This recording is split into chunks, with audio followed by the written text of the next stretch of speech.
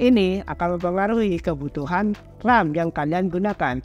Sebagai desainer grafis, sering menggunakan aplikasi desain seperti editor foto, entah itu Photoshop atau bahkan animasi. Tentu saja hal itu membutuhkan RAM kapasitas yang lebih besar. Untuk sebagian tugas sehari-hari, penggunaan RAM umumnya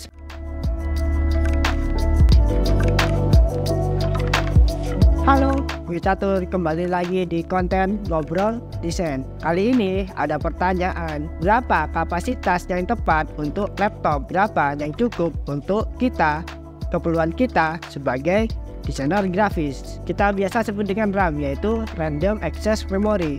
Pada laptop memiliki dampak signifikan terhadap kinerja dan kecepatan perangkat. Ini terutama penting bagi profesional seperti desainer grafis yang bekerja di aplikasi berat dan kompleks gitu. Dalam konten ini kita akan membahas berapa RAM yang cukup dibutuhkan oleh seorang desainer grafis dan apa faktor-faktor yang perlu kalian pertimbangkan saat menentukan memilih kapasitas RAM tersebut. Yang pertama, faktor-faktor yang perlu kalian pertimbangkan adalah yaitu tipe pekerjaan yang kalian lakukan dan apa jenis aplikasi yang kalian gunakan. Ini akan mempengaruhi kebutuhan RAM yang kalian gunakan. Sebagai desainer grafis, sering menggunakan aplikasi desain seperti editor foto, entah itu Photoshop atau bahkan animasi. Tentu saja hal itu membutuhkan RAM kapasitas yang lebih besar. Untuk sebagian tugas sehari-hari, penggunaan RAM umumnya sekitar 4 atau 8 GB. Tetapi untuk desainer grafis, gue sangat menyarankan di RAM 8 GB atau kalau ada budget di sekitar 16 GB biasanya sudah cukup. Ini memungkinkan Anda bisa menjalankan aplikasi Office tentu saja seperti Microsoft Word, Excel, PowerPoint dan kawan-kawan ya. Dan di saat bersamaan Anda minimize, kalian tetap bisa browsing menggunakan Chrome atau Mozilla beberapa tab jika RAM-nya 8 GB dan juga sambil dengan jalan bareng dengan aplikasi desain entah itu Photoshop atau Illustrator. Dengan RAM 8 GB sudah bisa menjalankan hal itu. Jika kalian bekerja dengan project desain yang lebih besar, misalnya animasi atau editing video, tentu saja RAM 8 GB itu tidak cukup ya. Ada kemungkinan laptop Anda digunakan untuk ngedit video, bikin animasi. Saran saya gunakan RAM dengan kapasitas 16 GB atau setidaknya kalau memungkinkan yaitu 32 GB. Ini dapat membantu memastikan kinerja yang baik. Jika kalian mengerjakan proyek yang sangat insentif, misalnya rendering video 4K atau animasi 3D yang kompleks, memilih laptop dengan RAM 32 GB atau lebih akan memberikan ruang lebih besar untuk bekerja dengan aplikasi berat, karena 4K itu memerlukan RAM yang besar untuk playbacknya, untuk renderingnya sangat disarankan ya minimal 32 GB. Tapi laptop itu seperti saya mentok di 32 GB ya. Untuk laptop gaming yang puluhan juta, 20 sampai 100 juta ke atas kayaknya mentoknya 32 GB ya. Kalau ada pendapat lain tulis di komentar, mungkin gue aja yang gak update gitu. Pertimbangkan seberapa sering kalian melakukan multitasking.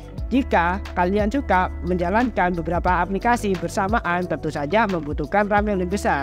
Misalnya kalian itu terbiasa kerja dengan melakukan Discord online, terus WhatsApp online, terus ada Microsoft Word nyala 1-2 dokumen, terus ada browser misalnya Google Chrome itu 3 atau 5 tab, terus aplikasi desain entah itu Photoshop atau Illustrator salah satunya.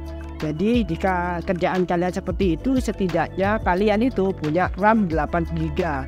Syukur-syukur dengan RAM 16 GB jauh lebih lancar agar kinerjanya lebih mulus gitu.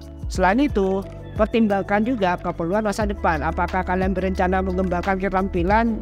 Misalnya, Anda pengennya itu hari ini oke, kita belajar desain, tapi ada kemungkinan lu pengen belajar tentang editing video gitu. Jadi pastikan dari awal Anda pikirkan itu. Jadi pilihlah laptop yang bisa di-upgrade. Sebabnya hari ini cuma 16 GB dan pastikan laptop itu bisa di-upgrade ke 32 GB misalnya, seperti itu.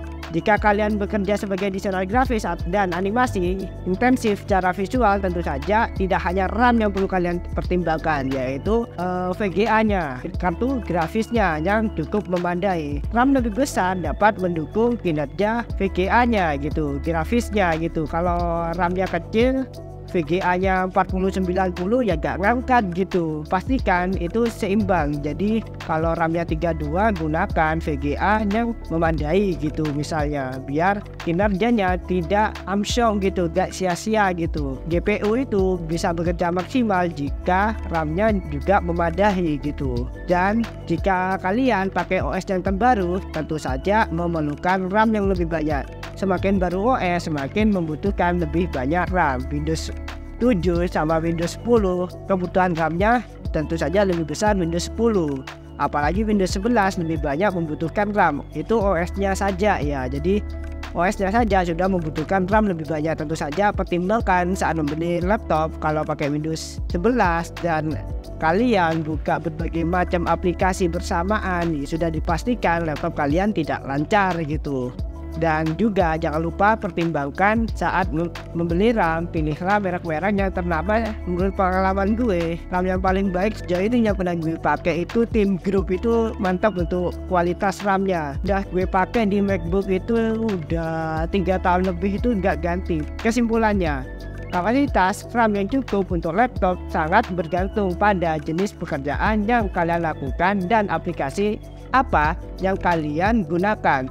Sementara RAM 8GB tentu saja sudah cukup untuk pekerjaan desain kita sehari-hari. Syukur-syukur kita bisa upgrade ke 16GB. Tapi jika pekerjaan kita cukup insentif seperti digunakan untuk editor video, melakukan editing animasi, tentu saja setidaknya minimal RAM 16 atau 32 gitu. Akan lebih lancar, akan lebih nyaman untuk digunakan sebagai kerjaan laptop produktivitas kita gitu.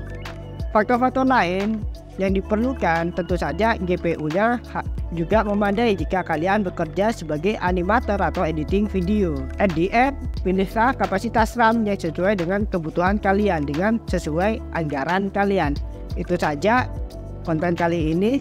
Kalian sudah menonton sampai akhir. Jangan lupa subscribe channel ini. Jika suka konten seperti ini, jangan lupa like dan share ke teman-teman kalian. Jangan lupa tulis komentar jika ada pendapat lain. Kalian sudah menonton sampai akhir. See you di next video ya. Bye.